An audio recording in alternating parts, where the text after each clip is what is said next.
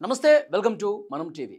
ఉత్తరాఖండ్లో ఒక cloud burst ఆకాశానికి చిల్లు పడింది అన్నట్టుగా భారీ వర్షం నమోదు కావటం, ఆ వర్షం కొండపై నుంచి దిగువకి ఒక్కసారిగా ఆ వరద ప్రవాహం, బురదతో కూడినటువంటి ఆ వరద ప్రవాహం మొత్తం కూడా ధరాలి గ్రామాన్ని ముంచెత్తింది. అత్యంత అందమైన పర్యాటక ప్రదేశం ధరాలి గ్రామం పూర్తిగా పూర్తిగా అంటే తుడిచిపెట్టుకుపోయినటువంటి పరిస్థితి ఉంది. విజువల్స్లో మీరు చూస్తున్నారు. వరద ప్రవాహం వచ్చేటప్పుడు అందమైన ధరాలి గ్రామం ఏ విధంగా ఉందో మీరు స్క్రీన్ మీద చూస్తున్నారు. అక్కడ హోటల్స్ ఉన్నాయి, ఇళ్ళు ఉన్నాయి, చిన్న చిన్న లాడ్జు లాంటివి ఉన్నాయి, పర్యాటకుల కోసమే నిర్మించబడ్డ భవనాలు ఉన్నాయి. కానీ ఆ వరద ప్రవాహం ఒక్కసారిగా వేగంగా బలంగా దూసుకొచ్చేసరికి అన్ని కట్టడాలు కూడా పూర్తిగా కొలాప్స్ అయిపోయినాయి. ధరాలి గ్రామం 75%, 75% ఆ గ్రామం పూర్తిగా తుడిచిపెట్టుకుపోయింది. ఆ గ్రామం పూర్తిగా ఆ వరద బురదలో కొట్టుకుపోయింది. ఇప్పుడు శిథిలాలు కనిపిస్తున్నాయి. ఆ శిథిలాలు తొలగించడానికి కూడా అక్కడ మన సైనిక బృందాలకి కష్టంగా మారుతున్న పరిస్థితి ఉంది. చాలా అంటే చాలా దారుణమైన పరిస్థితులు కనిపిస్తున్నాయి. 100 మందికి పైగా ఆ వరద ప్రవాహంలో బురదలో కొట్టుకుపోయారు, శిథిలాల్లో చిక్కుకుపోయారు. ఇప్పుడు సమాచారం వస్తుంది దీనికి సంబంధించి. అత్యంత హృదయ విదారక దృశ్యాలు అక్కడ కనిపిస్తున్నాయి.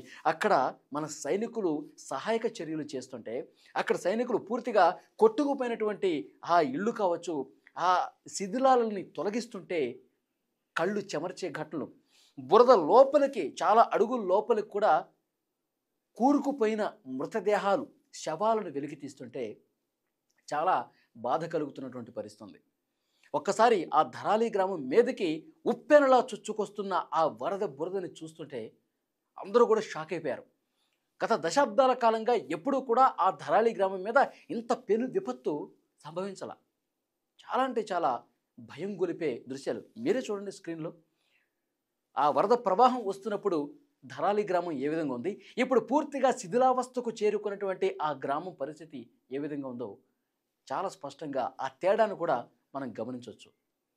ఇప్పుడు అక్కడికి సహాయక చర్యలు చేయడానికి 100 మంది సైనికుల్ని కేంద్ర ప్రభుత్వం పంపించింది.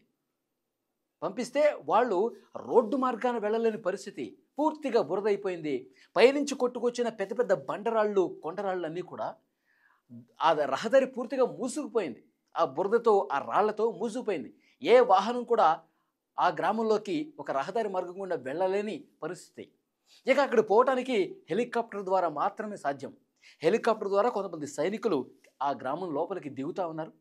కానీ అక్కడ దిగుతుంటే మీరు విజువల్స్లో కూడా చూడొచ్చు, కాలు పెట్టి కాలు తీయలేని పరిస్థితి. అంత బురద.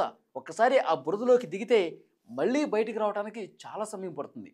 ఒకవైపు అంత బురదలో ఉండి అక్కడ శిథిలాలు తొలగించడం అంటే ఎంత కష్టమైన పని చూడండి. అయినప్పటికీ మన సైనిక బలగాలు అక్కడ రెస్క్యూ కోసం వెళ్ళినటువంటి టీమ్స్ చాలా కష్టపడి శిథిలాలని తొలగిస్తున్నాయి.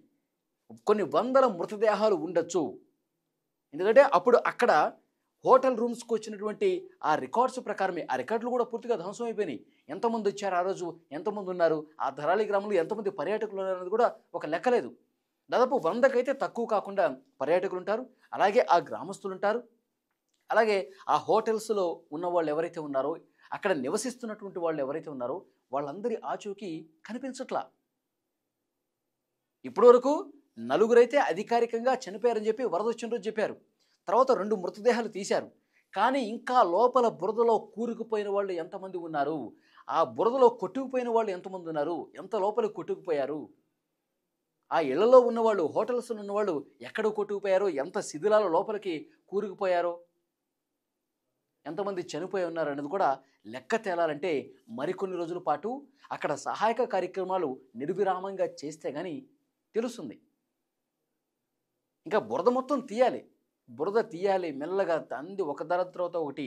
ఆ కొట్టుకుపోయిన ఇళ్ళు కావచ్చు, హోటల్స్ కావచ్చు, ఆ శిథిలాల కింద, ఆ పెద్ద పెద్ద ఇటుక బట్టీల కింద అవన్నీ వెలికి తీస్తే, రెస్క్యూ చేస్తుంటే అప్పుడు బయటకు వస్తాయి. ఒక 3-4 రోజులు అయితే కానీ ఎన్ని మృతదేహాలు తీశారు, ఎన్ని శవాలు ఎక్కడి వరకు కొట్టుకుపోయాయి, అప్పుడు ఒక లెక్క వస్తుంది.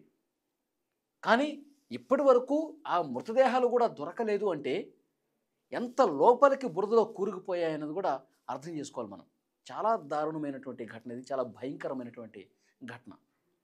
అక్కడ ఆ ధరాలి గ్రామానికి దిగువన హార్సిల్ అనే ఒక సైనిక స్థావరం ఉంది. అందులో 11 మంది సైనికులు ఉన్నారు. మొత్తం ఆ స్థావరం కొట్టుకుపోయింది. 11 మంది సైనికులు కొట్టుకుపోయారు. వాళ్ళకి సంబంధించిన ఒక్క మృతదేహం కూడా ఇంకా దొరకల. ఎన్ని కుటుంబాలు రోధిస్తున్నాయి చూడండి. అక్కడికి వచ్చినటువంటి పర్యాటక కుటుంబాలు రోధిస్తున్నాయి, కన్నీళ్లు పెట్టుకుంటున్నాయి. ఇంత ఘోరం జరిగిపోయిందని. ఆ సైనిక కుటుంబాలు కూడా 11 సైనిక కుటుంబాలు కూడా చాలా బాధతో ఉన్నాయన్నమాట. మన జవాన్లు ఎంతటి ప్రతికూల పరిస్థితుల్లో అయినా నిలబడి దేశం కోసం పనిచేస్తూ ఉంటారు. ఇప్పుడు అలాంటి సైనికులే 11 మంది ఈ వరద ప్రవాహానికి కొట్టుకుపోయిన పరిస్థితి ఉంది. ఇప్పుడు వాళ్ళ మృతదేహాలు దొరికితే చనిపోయారని చెప్పాలి. ఒకవేళ నిజంగా వాళ్ళు బతుకుంటే ఈ పాటికి ఇన్ఫర్మేషన్ వచ్చి ఉండేది. ఎక్కడో చోట ఏ చెట్టునో కొమ్మనో ఏదో ఒక కొండరాయినో పట్టుకుని వాళ్ళు బతుకుంటారు అని చెప్పచ్చు. కానీ ఇంతవరకు వాళ్ళకి సంబంధించిన సమాచారం లేదు. అయితే 28 మంది కేరళ పర్యాటకులు ఇదే విధంగా కొట్టుకుపోయారని చెప్పి అనుకున్నారు. ఎందుకంటే వాళ్ళు ధరాలి గ్రామంలో ఉన్నారు. ఆ టైంలో బస్సులో వెళ్తూ ఉన్నారు. కానీ ఒక రోజు తర్వాత వాళ్ళ నుంచి ఇన్ఫర్మేషన్ వచ్చింది. ఆ 28 మంది పర్యాటకులు ఒక దగ్గర ఒక మూలకి ఆగున్నారు. కొండకి ఒక దిగువ భాగాన వాళ్ళందరూ తమ ప్రాణాలు రక్షించుకుని ఆగి ఉన్నారని సమాచారం వచ్చింది. సో దీంతో కొంత ఊపిరి పీల్చుకున్నారు. ఆ కేరళ వాళ్ళు మాత్రం బయటపడగలిగారు ఈ అతిపెద్ద ప్రవాహం నుంచి అని కొంత ఊపిరి పీల్చుకున్న పరిస్థితి. కానీ ఇంకా చాలామంది ఆ బురదలో కూరుకుపోయే ఉన్నారు. ఆ శవాలు వెలికి తీయాలంటే కొన్ని రోజుల సమయం పడుతుంది డెఫినెట్గా. ఎంత దారుణం చూడండి. ఒక్కసారి విజువల్స్లో కూడా మనకి అర్థమవుతుంది. ఆ వరద ప్రవాహం ఎగువ నుంచి వస్తున్నటువంటి ఆ క్లౌడ్ బరస్ట్తో గతంలో ఎప్పుడు లేకుండా కుండపోతగా కురుస్తున్న ఆ వర్షపాతంతో ఒక్కసారిగా పెద్ద ఎత్తున బలంగా దూసుకురావటం వల్ల ఇంత ఘోర విపత్తు సంభవించిన పరిస్థితి. చాలా దారుణం. హృదయ విదారక దృశ్యాలు. ఒక్కొక్కసారి ఆ మృతదేహాలు వెలికి తీస్తుంటే ఆ సహాయక కార్యక్రమాలు చేస్తున్న సైనికులు కూడా షాక్ అయిపోతున్నారు. చాలా దారుణమైనటువంటి సిచ్యువేషన్ నిజంగా ఇది. ఇంకా 2-3 రోజులు సమయం పడుతుంది. ఇంకా అక్కడ కొన్ని చోట్ల వర్షాలు కూడా పడుతున్నాయి. హిమాచల్ ప్రదేశ్ లాంటి ప్రాంతాల్లో, కొండ ప్రాంతాల్లో ఇంకా వర్షాలు పడతా ఉన్నాయి. ఈ రెస్క్యూ చేయడానికి చాలా రోజులు సమయం పడుతుంది. తర్వాత రెస్క్యూ అయిపోయిన తర్వాత ఎన్ని శవాలు బయటికి తీశారు, ఎన్ని దొరికినాయి, ఇవన్నీ కూడా వెలుగులోకి వచ్చే అవకాశం ఉంది. చాలామంది ఇంకా అక్కడ, ఎందుకంటే ఇక్కడ పర్యాటకులకి వచ్చిన వాళ్ళు వాళ్ళ కుటుంబాలకి ఒక సమాచారం ఉంటుంది. మా వాళ్ళు అక్కడ ఉత్తరాఖండ్ వెళ్ళారు, ఇంకా తిరిగి రాలేదు అని అనుకుంటారుగా, మిస్ అయిపోయారు అనుకుంటారు కదా. వాళ్ళందరూ కూడా ఇప్పుడు స్థానిక పోలీసులకి సమాచారం ఇస్తూ ఉన్నారు. ఈ లెక్క ఎంత అనేది మాత్రం ఇంకా బయట పెట్టలేదు, బయటికి ఇంకా రాలేదు. రెస్క్యూ మొత్తం పూర్తయిపోయిన తర్వాత, సహాయక కార్యక్రమాలు పూర్తయిపోయిన తర్వాత, ఈ బురదని పూర్తిగా తొలగించిన తర్వాత, ఆ కొట్టుకుపోయిన హోటల్స్, ఇళ్ళు, ఆ శిథిలాలని తొలగించిన తర్వాత అప్పుడు లెక్క బయటకు వస్తుంది. ఎంతమంది ఈ బురదలో కూరుకుపోయి, ఈ వరద ప్రవాహంలో కొట్టుకుపోయి చనిపోయారన్నది.